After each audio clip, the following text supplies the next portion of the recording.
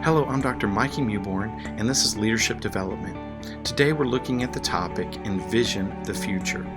Several years ago, I was asked by my mentor a question, and to be honest with you, I didn't know what to do with the question. Here it is. What would you do if someone gave you $1 million today?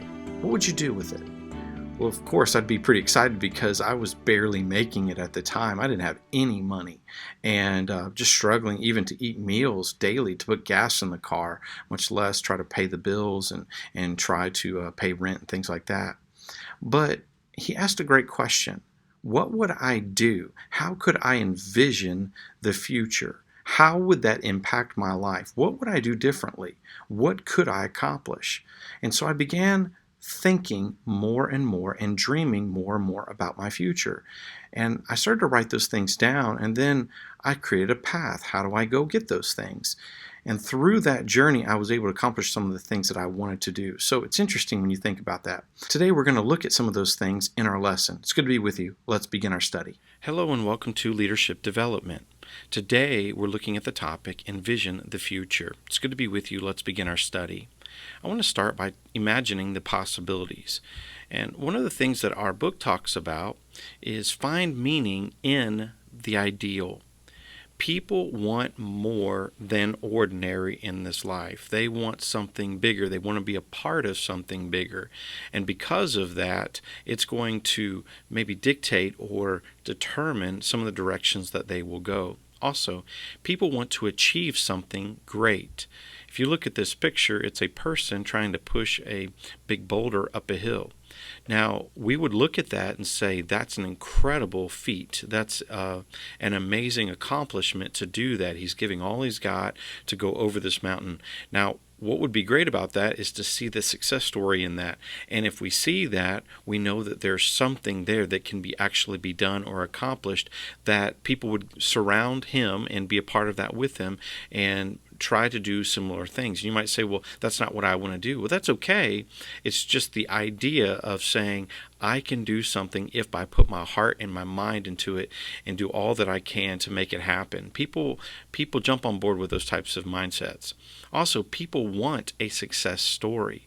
This is why teams, like in sports, whether it's college or professional sports, you see teams that are doing well, they get a strong fan base because people want to be a part of winners. They want to be a part of success stories. They want to be a part of people that have done it correctly. And so they're going to jump on sometimes what we say the bandwagon and say, I'm going to be a part of this dynasty, or I'm going to be a part of everything that's happening here. And it's so true. You see it. Just look at any popular sports team that's out there, a winning sports team, and look at their fan base as compared to those who are not doing well. A lot of times a lot of the seats in the auditorium or the stadium will be empty because people don't want to watch a losing team, and that's just how people are. Also, people want to overcome adversity. So one of the things that's really wonderful about telling a story or imagining possibilities or seeing what the future has ahead is the idea of overcoming something. You've gone through a difficult time and there is life on the other side, and there's a good life on the other side, but you went through what you went through to get it, and people love that type of story. Now, along with imagined possibilities, we see take pride in being unique. If we think about this, it's maybe like a set of ping pong balls here that are colored up and they've got little happy faces or sad faces on them. But in the middle, there's one that's obviously unique compared to the other ones. It's different. Therefore, it stands out. Your eyes are drawn to that smiley face, because of the color that it is, because it has a different expression on its face. And that's how we are. That's how we think. So it's the idea of having that uniqueness. Why? Uniqueness fosters pride. There's a lot of pride that comes with something that you're a part of that's different than what everybody else is doing. You have a sense of pride about that. Uniqueness creates excitement. When something is different than everything else out there, it's kind of edgy. It's kind of exciting. It's saying that we're pioneers in an area that nobody else is a part of right now. Also, uniqueness develops culture. A lot of times when people are unique or they're doing unique things, it develops a culture of people that like that type of thing and they want to be a part of that as well. I remember when Starbucks coffee just came out. And I remember when the store started opening up and what that really looked like. And people jumped on the branding ideas and the excitement of a coffee shop in a new way. And it was a place that people could go. Well, Starbucks created a culture for people. Some people would just come by every morning and grab a cup of coffee. Some people would go there and have meetings. Some people would just meet there every morning with their buddies and have either breakfast or maybe they would go there for an afternoon type of get together, whatever it might be. But it was a social place. It was a place where people could get Wi-Fi and be connected to the internet, of course. And it was a place, it was an atmosphere, and it still is that today. But they started something new and continuing to grow in that. There's a uniqueness which develops culture there. Then uniqueness stands out.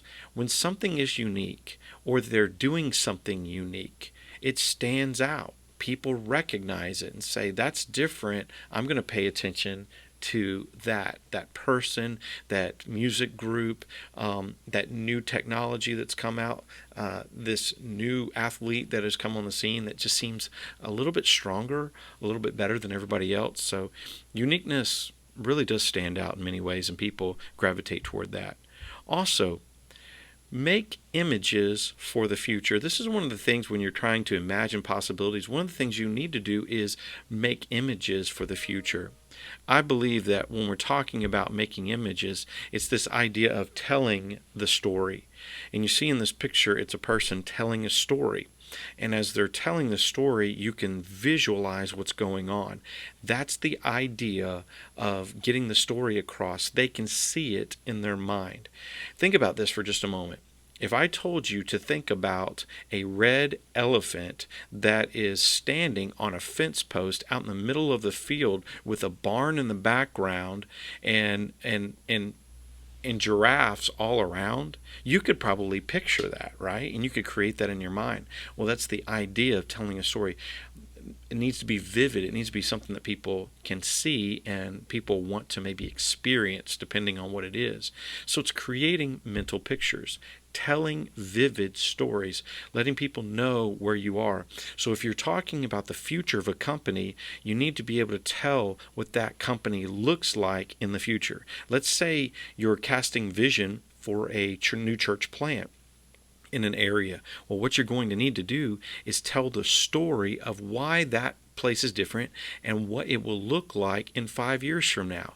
And if you can paint that picture for people and be as vivid as possible, you're going to have a lot more people buy into that idea and possibly just see what God's doing in that and want to be a part of it. Also, develop instant memories. I like that. My wife and I have this funny type of saying that we say to one another, let's go pay for some memories. And it's funny because if we want to go to a really nice restaurant, well, we know that paying for very expensive food may not be the wisest thing always to do. It may not be the best thing to do, or may not even be that good of food.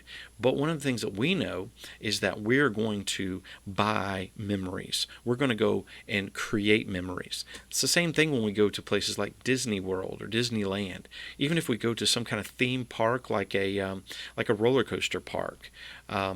It's this idea, I'm going to travel somewhere, I'm going to pay for something, and I'm going to have memories or pictures, video, whatever it is, from that I will always have with me and be reminded of that great experience that I had. So develop instant memories and then overwhelm the senses.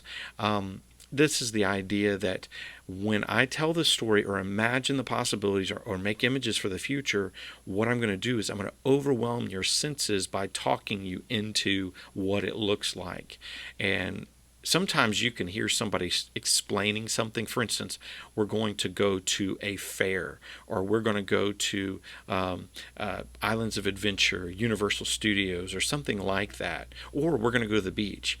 And that just by them saying that, it might remind you of a certain smell or a certain sound or something that you remember that was just very unique. Maybe it was the breeze coming off the water at the beach and you could feel it on your body. It's something that you could either feel, you could smell, you could hear, you could look at, you just saw it, and it's overwhelming the senses. That's what great futuristic type leaders will have, that ability to overwhelm your senses, to want what's coming, and then be relevant and relational, making sure that where you want to go is relevant to the times, but it's also relevant to the people that you're trying to share it with.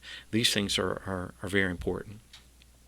Then within Imagine Possibilities, I want to look at two different groups. The first group is tactical leaders, and the second group is future leaders. Tactical leaders are focused on present day, maintenance, evaluations, successes and failures, and then daily operations. The idea of a tactical leader is someone who's kind of managing, looking at the day, looking at the present day, and trying to see how we're doing in the moment. It's kind of like this idea of operations. How are we operating? And so there's nothing wrong with this. This is really important that this is happening. But very strong leaders have this in mind, but strong leaders that are trying to sustain for years to come and also trying to grow, mature, and all those types of things are going to be more future leaders. Future leaders focus on what if, and they start asking those questions. Strategy for how we're going to get to where we want to go. Leadership growth. The trends. What's the trend? What are the trends, and are we going along with the trends? And then possibilities. What are the possibilities that are out there for us to become what we need to be? And then imagine the possibilities of the future, how to become a forward-looking leader. This is what our book, The Leadership Challenge, shares with us. I think it's wonderful. Read a biography of a visionary leader. That's number one. Evaluate your past. Look at the past. Look at your failures, look at your successes, look at what you've experienced. Now, how is that going to guide you for your future experiences or future journeys, adventures that you're going to take?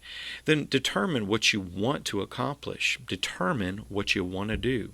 Write about your experiences. One of the great ways to know what you enjoy is to write about them. What excites you about that?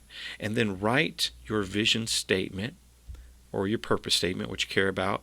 Become a futurist. This is the idea of looking at the trends and seeing where the world is going, seeing where everything is going, and do you want to be a part of that as it is, or do you want to change that and you want to be a part of the change? And then test your ideas and assumptions.